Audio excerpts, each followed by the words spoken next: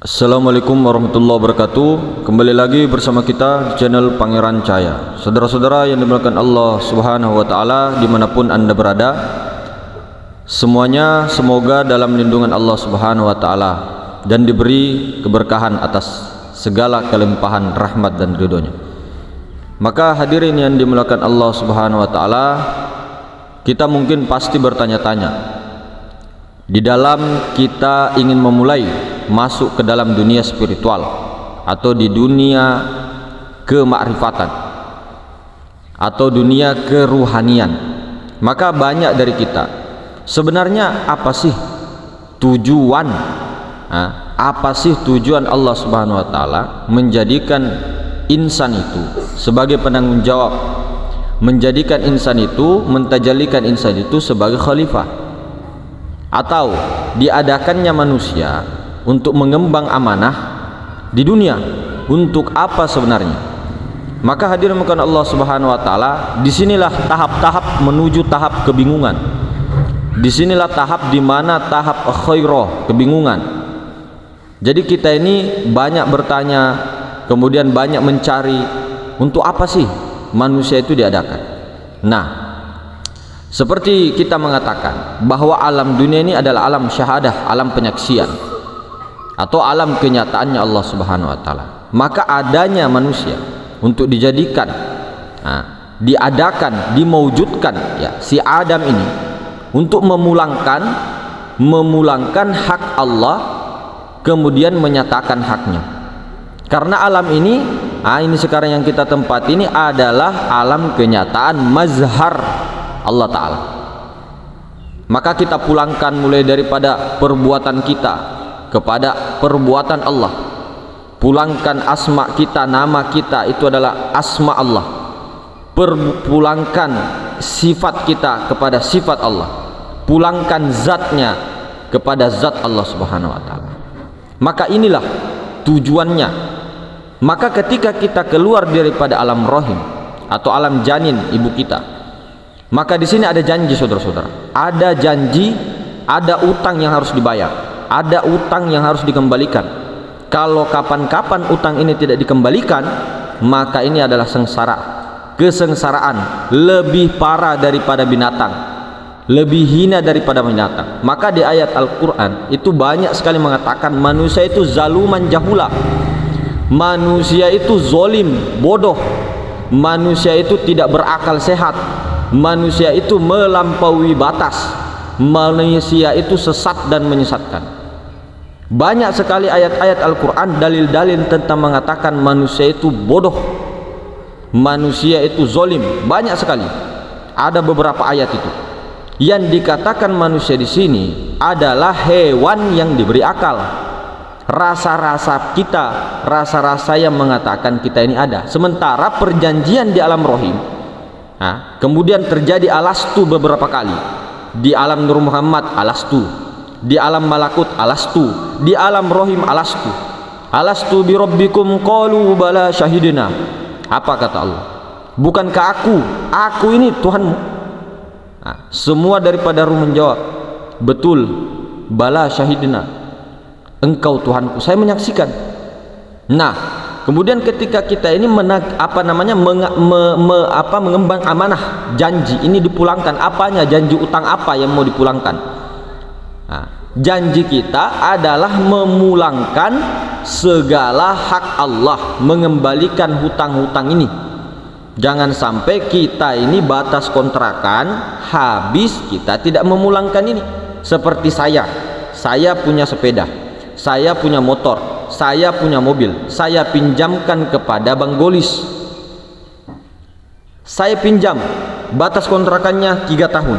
Awas kalau ada cacat, awas kalau kamu tidak ini, nanti kembalikan setelah 3 tahun. Tapi bodohnya Bang Golis ini, mohon maaf, ini bukan apa ya, maaf Bang Golis ya, maaf ya, bodohnya kita ini sebagai Bang Golis ya, tidak memulangkan itu setelah 3 tahun. Dan bahkan lebih parahnya, kita menggunakan sepeda motor itu, Bang Golis tadi merusak sepeda motor itu. Mau tempat duduknya itu bocor-bocor, tidak diganti, bannya juga sudah halus, tidak juga diganti, olinya juga tidak pernah diganti. Pokoknya rusaklah jalanan trotoar, buntu-buntu dihantam masuk, jadi rusak. Pada saat 3 tahun itu tidak dikembalikan pula. Nah, ini apa yang saya lakukan kepada Bang Golis kalau bukan ketupat mentah di kepalanya. Ini suatu tamsilan. Nah, bagaimana itu? Makanya kenapa orang-orang yang tidak mengembalikan hak Allah, tidak mengembalikan semua sifat-sifat Allah, tidak mengembalikan semua perbuatan kepada perbuatan Allah, asma kepada asma Allah, dan zat kepada zat Allah, dia ditarik dari ujung kaki sampai ujung rambut, itu sakitnya bagaikan 300 tusukan pedang, bahkan seperti kambing yang digerek, disembelih hidup-hidup, dikuliti hidup-hidup. Coba bayangkan kalau kuku kita saja dicabut satu, itu merintihnya sakit minta ampun Pak itu. Jadi ini wamal hayatat dunya illal mata'ul gurur. Dunia ini permainan sendagura, bukan main-main. Bukan. Jadi adanya alam kenyataan ini untuk mengembalikan hak Allah, untuk mengembalikan amanah Allah sebelum batas kontrakan itu. Ada kalanya saya meminjam tadi meminjamkan Bang Golis 3 tahun, tapi Bang Golis itu memulangkannya dengan baik, itu pasti akan saya beri hadiah. Bahkan saya bilang, ambil saja ini sepeda motor, tidak usah kau kembalikan, bawa ini sepeda motor. Sama dengan Allah Ta'ala, ketika kita sudah pulang sekarang, betul-betul mengembalikan haknya Allah Ta'ala, mazharnya Allah Ta'ala, maka ketika berpulang nanti batas kontrakan habis, kita bawa ini kendaraan, ini kita bawa, sangkar ini kita bawa. Dan apa yang mau dicabut kalau dia sudah mematikan rasa Adam itu? Sebegini, Allah Ta'ala itu akan menguji seorang hamba sampai dia mati.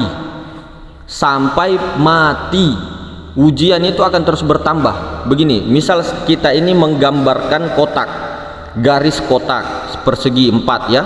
Kemudian ini di dalam garis persegi 4 itu ada garis panjang seperti ini melewati persegi 4. Di bawahnya itu ada garis-garis begini. Nah, ini batas kotak ini ibarat ajal manusia. Ajal, batas kontrakan. Kemudian garis lurus ini sampai melebihi kotak ini, itu angan-angan manusia. Nah, sementara yang di bawahnya ini garis 1, 2, 3, 4, 5 dan seterusnya, itu adalah ujian. Selesai satu ujian, masalah, ada lagi masalah, pasti itu. Selesai masalah, ada lagi masalah. Selesai satu masalah, ada, sampai dia mati. Sementara angan-angannya sudah keluar dari garis batas kontrakan ajalnya. Angan-angannya sudah melampaui. Dia diberikan dunia 1, mau lagi dunia 2, diberikan dunia 3, mau lagi 3. Itulah manusia, tidak pernah bersyukur. Maka jangan jadi manusia. Matikan itu, sembelih Al-Baqarah, sapi betina itu disembelih. Itu mau dihilangkan betul-betul itu sifat Adam ini.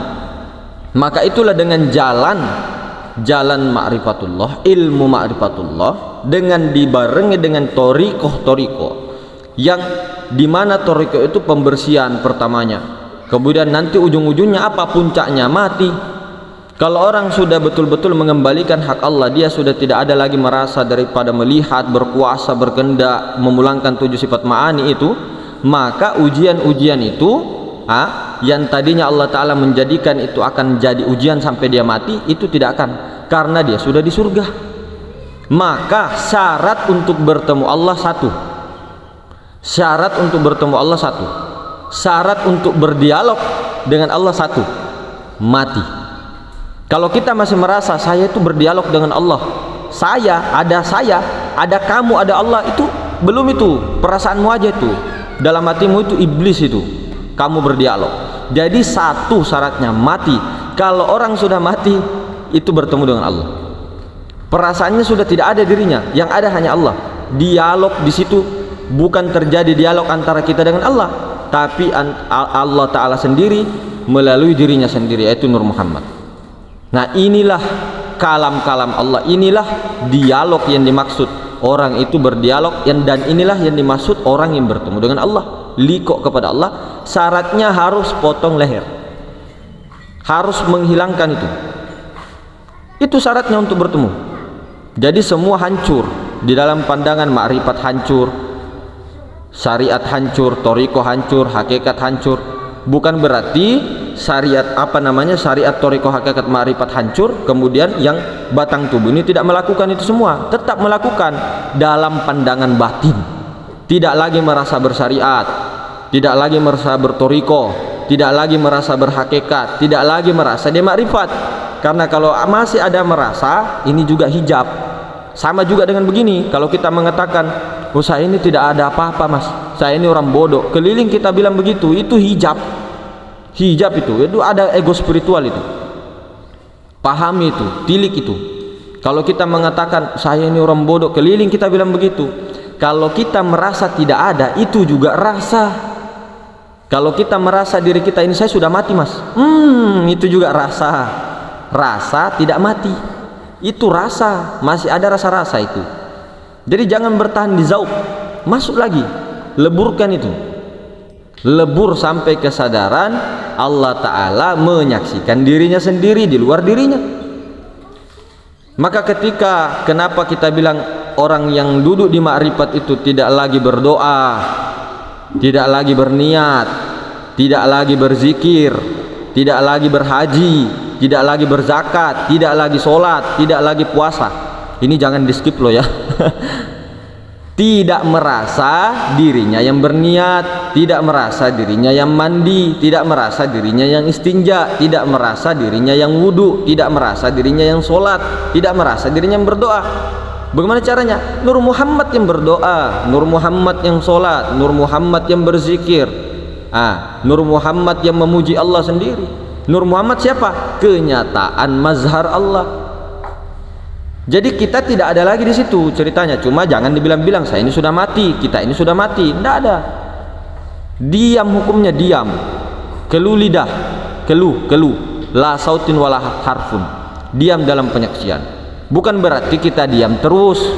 Yang dulunya kita cerewet, yang dulunya kita sering berbicara, terus tiba-tiba mengkaji ilmu tauhid, ilmu ma'rifat, terus kita mau berubah. Jangan. Tetap be yourself. Jadilah dirimu sendiri. Karena itu aktor yang diperankan olehmu, itu aktormu. Cuma jangan merasa kau jadi aktor. Jadilah penonton, penyaksi. Tapi penyaksi itu lebur. Allah Ta'ala yang menyaksikan Nur Muhammad itu, aktor itu. Sehingga itulah yang disebut inni ja'ilun fil ardi khalifah. Itu khalifah. Yang tadinya Adam ain ma'dum jadi alif dal mim. Allah kenyataan Muhammad, Allah dalil Muhammad. Itu Adam. Adam itu khalifatullah. Kalau Adam itu adalah ketiadaan, tidak ada, tidak pernah ada. Adam itu khalifah. Kalau Adam itu tidak ada. Jadi kita ini sifat apanya yang dihilangkan? Adam, ain, tahu ain? Ain, bukan alif. Kalau sudah jadi alif itu khalifah. Inni ja'ilun fil ardi khalifah. Itu. Nah ini yang menjadi PR. Jadi ketika berzikir itu, ketika berdoa, ketika berniat, usolli farda maghribi, aku berniat, akunya di sini, akunya Allah Ta'ala melalui wujudnya Nur Muhammad. Syariatnya kan aku di sini usolli. Siapa yang mengatakan? Nur Muhammad. Nur Muhammad siapa? Wujud Allah, sifat Allah. Karena Allah itu tidak berkalam, la sautin wala harfun. Kemudian kalamnya itu kepada Nur Muhammad. Nur Muhammad yang berucap, Nur Muhammad yang memuji. Jadi zat memuji, zat menyaksikan sifat memuji zat. Tidak ada lagi kita di situ. Cuma jangan dibilang-bilang tadi seperti tadi. Tidak usah kita keliling, kita ini bodoh dan sebagainya. Tidak perlu, memang begitu. Karena kalau kita merasa tidak ada, itu juga rasa. Hati-hati, itu juga masih hijab. Jadi memang diam. Jadilah diri sendiri. Begini, Allah Subhanahu Wa Ta'ala, semua nama-nama yang ada di muka bumi itu adalah nama Allah tanpa terkecuali. Ini babakan tauhidul asma ya. Tapi nama-nama baik ini yang dizohirkan untuk para khalifah, terutama di kita itu 199 kan, jadi 100. Nah kemudian di kitab-kitab lalu ada 1000. Nah ini 99 itu ada yang dikirim untuk menjadi sifatnya Rahman Rahim, untuk menggantikan sifat-sifat Allah yang Rahman yang Rahim. Ada yang sebagai penguasa, itu juga khalifah, itu penggantinya Allah. Cuma kita ini kok merasa jadi khalifah, ini yang salah. Makanya ingat, itu apa tujuan kita di sini, untuk memulangkan utang-utang ini, perjanjian, perjanjian kita itu. Makanya di 2 kalimat syahadat, apa di situ memulangkan itu, memulangkan sifat-sifat Adam itu, sehingga yang ada hanya Allah dengan Muhammad. Nah, di sini perlu dikaji lagi, jangan sampai mengatakan Allah beda, Muhammad beda. Allah itu zat, Muhammad itu sifat. Zat dengan sifat tidak bisa bercerai. Barang siapa menceraikan zatnya dengan sifatnya, itu orang yang lebih besar dosanya daripada melebihi segalanya, karena dia menceraikan wujud dengan zat Allah. Zat dengan wujud Allah itu esah, tunggal, bagaikan matahari dengan sinarnya, tidak bisa terpisah. Bagaikan api dengan panasnya, bagaikan manis dengan gula, bagaikan garam dengan asinnya. Tidak bisa. Jadi jangan sampai kita ini terhijab di situ. Jadi pelan-pelan sadari itu. Nah, jadi kalau orang sudah memulangkan itu, apa yang mau dicabut? Nah, cuma diam saja karena ini memang rahasia. Jangan, tidak perlu kita ngomong-ngomong kemana-mana. Nah, saya yakin yang dapat channel ini insya Allah orang-orang yang betul-betul mencari. Ini bahasa syariat loh. Allah Ta'ala sendiri kok itu. Jadi inti dari semuanya, kita harus kembali ke zat. Bukan ini bahasa syariat lagi. Kita ini melebur ke zat, sampai ke zat. Nah, inna lillahi wa inna ilaihi raji'un, ke situ. Baru penyaksiannya Allah Ta'ala, baru Allah Maha Tunggal kalau begitu. Jadi aku ini bukanlah tubuh, aku ini bukanlah mata yang merasa manis, kecut, asin, bukanlah juga telinga. Aku ini bukan juga yang merasakan kesedihan. Aku ini bukan merasakan keletihan, capek, marah, iri, dengki, fitnah, dendam, senang, susah. Bukan. Itu akunya itu mau lagi didalamkan, mau lagi dinaikkan frekuensinya sampai kesadaran Sidratul Muntaha, yaitu akunya ini yang menyaksikan Nur Muhammad. Nur Muhammad itu yang merasa rindu, yang merasa senang, yang merasa sedih, itu Nur Muhammad. Jadi jangan tertahan di Nur Muhammad, leburkan lagi kepada zat, melebur ke situ yang ada hanya zat Allah, menyaksikan Nur Muhammad. Meskipun kita kelihatannya kayak merasakan sedih dan sebagainya, jangan di situ, masuk lagi ke dalam kesir, ke zat. Nah, zat menyaksikan Nur Muhammad, begitu. Jadi menyaksikan saja bahwa Nur Muhammad itu merasakan kepedihan, merasakan kerinduan, merasakan ini, tapi kita bukan di situ. Kita melebur ke kosong itu, ke zat itu, maha ruang itu. Nah, begitu. Cukup disaksikan. Kelihatannya ini bahasa syariat, kita yang menyaksikan Nur Muhammad. Apa sih Nur Muhammad? Batin dengan zohir. Itu simpelnya. Jadi Allah Nur Muhammad. Nah, begitu. Jadi mungkin apa yang kita paparkan di konten kali ini mudah-mudahan bisa diperjalankan oleh Allah, dimasukkan lagi di kepahaman, dibuka futuhat-futuhat rahasia-rahasia yang ada oleh Allah Subhanahu wa taala. Kemudian satu dipegang. Guru mursyid rohani atau pembimbing itu bukan dia yang memberikan hidayah. Bukan dia yang membantu kita untuk mempertemukan dengan Allah. Bukan dia memberikan hidayah. Bukan juga guru mursyid itu memberikan petunjuk, tidak.